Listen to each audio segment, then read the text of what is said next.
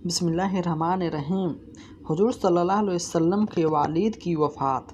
हज़रत अब्दुल के चेहरे पे एक नूर चमकता था जो इस बात का इशारा था कि वह एक ऐसे नबी के बाप हैं जो सारी दुनिया से गुमराह को ख़त्म करेगा। एक दिन हज़रत अब्दुल्ला बाज़ार से गुज़र रहे थे कि अचानक एक मशहूर जादूगर औरत ने हज़रत अब्दुल्ला को अपने पास बुलाया। वह जादूगर औरत बहुत ज़्यादा खूबसूरत थी और अपने इल्म व हुनर की वजह से लोगों में मशहूर भी बहुत थी। उसने हज़रत अब्दुल्ला से कहा कि ए अब्दुल्ला, तुम्हारे बाप ने जो जमजम का कुआं खोदते हुए नज़र मांगी थी कि एक लड़के को ज़बह करेंगे, फिर तुम्हारा नाम आ गया, लेकिन तुम्हारी जगह 100 ऊँटों को ज़बह किया गया। आज मैं तुझे 100 ऊँट इस बात के बदले में दूंगी कि तुम मेरे साथ एक रात गुजार लो। हज़रत अब्दुल्ला ने कहा, अरे नहीं, यह गुनाह की बात है, मैं ऐसा हरगिज़ नहीं कर सकता। मुझे मरना गंवारा है, लेकिन यह गंदा काम करना कभी गंवारा नहीं कर सकता। और फिर हज़रत अब्दुल्ला वहाँ से अपने घर को चल गए। कुछ दिनों के बाद अब्दुल मुत्तलिब ने अपने बेटे अब्दुल्ला की शादी मदीना की एक बहुत ऊंचे ख़ानदान की लड़की से हज़रत आमीना से तय कर दी और फिर कुछ दिनों के बाद दोनों की शादी हो गई। हज़रत अब्दुल्ला की बीबी आमीना को लेकर अपने घर मक्का आ गए। उसी दिन शाम को हज़रत अब्दुल्ला को वही जादूगर औरत मिली और वह कहने लगी कि ए अब्दुल्ला, मैं कोई बदकार औरत नहीं हूँ, बल्कि मैं एक शरीफ घराने से ताल्लुक़ रखने हूँ। मैं उस दिन जो तुमसे कहा था कि मेरे साथ एक रात गुजार लो, वह सिर्फ़ इस वजह से कहा था कि तुम्हारे माथे पर आखिरी नबी का नूर देखा था। मैं चाहती थी कि वह नूर मेरे पेट में आ जाए और मैं उस नबी का माँ बन जाऊं, लेकिन तुम्हारी बीबी आमिना उसमें बाजी ले गई। हज़रत अब्दुल्ला अपनी बीबी आमिना से बहुत ज़्यादा मोहब्बत करते थे। हज़रत आमिना भी बहुत ज़्यादा खूबसूरत थी। शादी के 2 महीने बाद एक रात हज़रत अब्दुल्ला ने अपनी बीबी आमिना से कहा कि ए आमिना, मुझे 3 दिनों बाद मुल्क शाम की तरफ कारोबार के लिए सफ़र करना है ताकि कुछ पैसे कमा सकूं और अपने पैदा होने वाले बच्चों के लिए कुछ चीज़ों का इंतज़ाम कर सकूं। हज़रत आमिना ने कहा कि आप चले जाएंगे, मुझे अकेले कैसे रहूँगी, मुझे बग़ैर आपके बिल्कुल अच्छा नहीं लगेगा। हज़रत अब्दुल्ला कहने लगे कि या आमिना, तुम परेशान ना होना, मैं बहुत जल्दी वापस आ जाऊँगा और तुम्हारे लिए खूब अच्छे अच्छे तोहफ़े लेकर आऊँगा। और फिर 3 दिनों के बाद हज़रत अब्दुल्ला ने अपना सफ़र का सामान तैयार किया और ऊँट पे बैठकर मुल्क शाम की तरफ चल दिए। वह घर से निकल रहे थे तो हज़रत आमिना दरवाज़े के पास खड़ी अपने शौहर को उम्मीद की नज़रों से देख रही थी और आँखों ही आँखों में उनसे कह रही थी कि जल्दी आना, मुझे आपके बग़ैर बिल्कुल भी अच्छा नहीं लगेगा। हज़रत अब्दुल्ला का ऊँट चलता जा रहा था और हज़रत आमिना दरवाज़े पे खड़ी अपनी मोहब्बत को दूर जाता देख रही थी। हज़रत अब्दुल्ला 10 लोगों के काफ़िले के साथ मुल्क शाम की तरफ रवाना हुए। रास्ते में उनकी तबीयत ख़राब हो गई और मदीना ही में अपने नानी के घर रुक गए। वक्त गुजरता गया। हज़रत आमीना हर रोज़ अपने शौहर का इंतज़ार करती रहती और हर आने जाने से उनकी खबर मालूम करती कि मेरे शौहर अब्दुल्ला कब आएंगे, लेकिन उनको कोई जवाब ना मिलता। जब भी मक्का में कोई काफ़िला तिजारत करके वापस लौटता तो हज़रत आमीना घर के दरवाजे पे कान लगाकर खड़ी हो जाती कि शायद मेरे शौहर अब्दुल्ला आ जाएंगे, लेकिन बाद में खबर मिलती है कि अब्दुल्ला इस काफ़िले में नहीं हैं।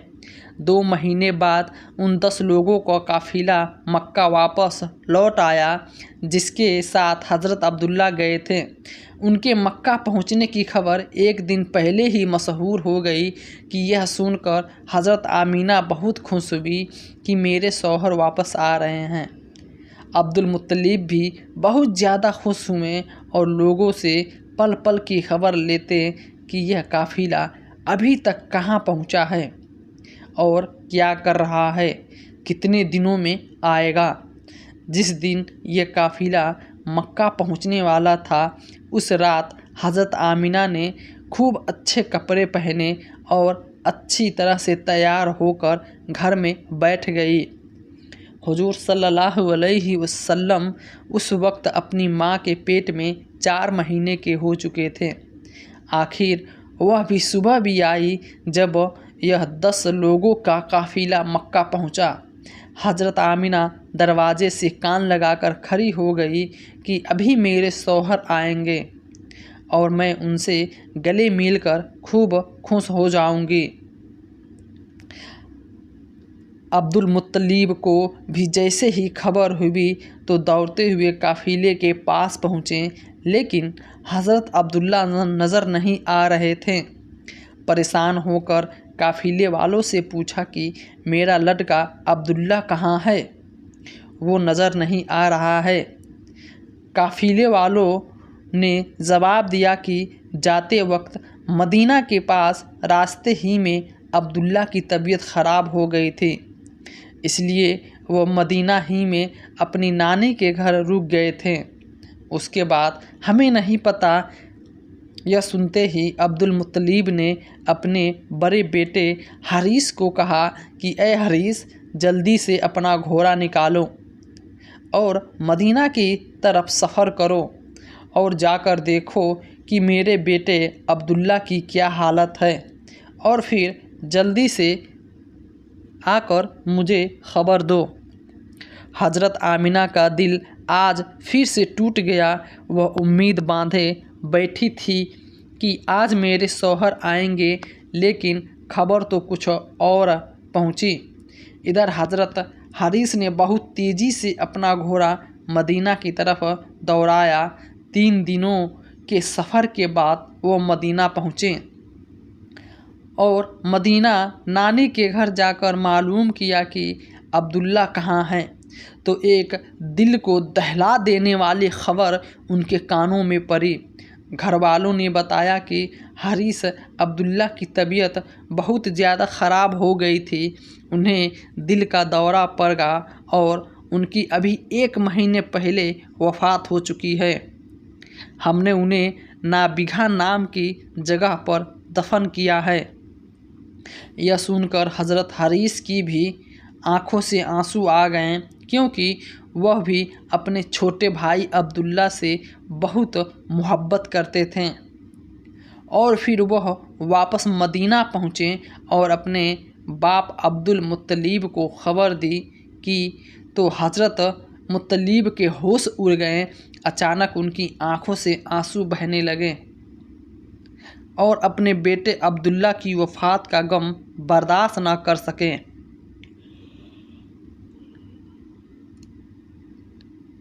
लेकिन फ़ौरन खुद को संभाला और सारे लोगों को जमा करके कहा कि ऐ लोगों, आमिना को इसकी खबर ना होने देना, क्योंकि उसके पेट में अब्दुल्ला का बच्चा है।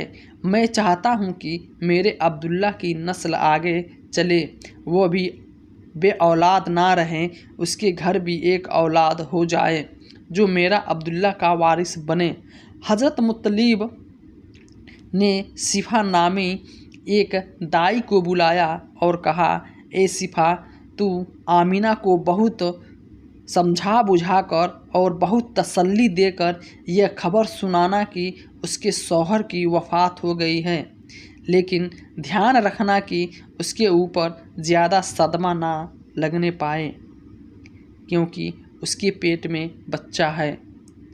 हज़रत आमिना घर में बैठे इंतज़ार कर रही थी کہ حارث اپنے چھوٹے بھائی عبداللہ کو مدینہ سے لے کر آ چکے ہوں گے اور میرے شوہر عبداللہ ابھی مجھ سے ملنے گھر آئیں گے۔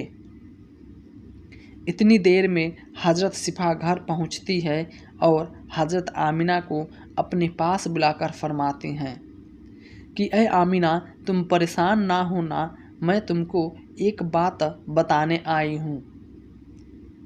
تم خود کو سنبھال لینا، اپنے شوہر کی خاطر اور اپنے اس بچے کی خاطر جو تمہارے پیٹ میں ہے۔ تم خود کو سنبھال لینا کیونکہ تمہیں صدمہ لگنے سے اس سے 4 مہینے بچے کو نقصان ہو سکتا ہے۔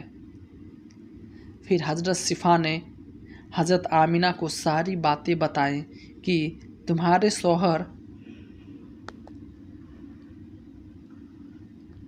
عبداللہ کی راستے میں جاتے ہوئے طبیعت خراب ہو گئی تھی اور پھر مدینہ ہی میں ان کی وفات ہو گئی اور انہیں وہیں دفن کر دیا گیا۔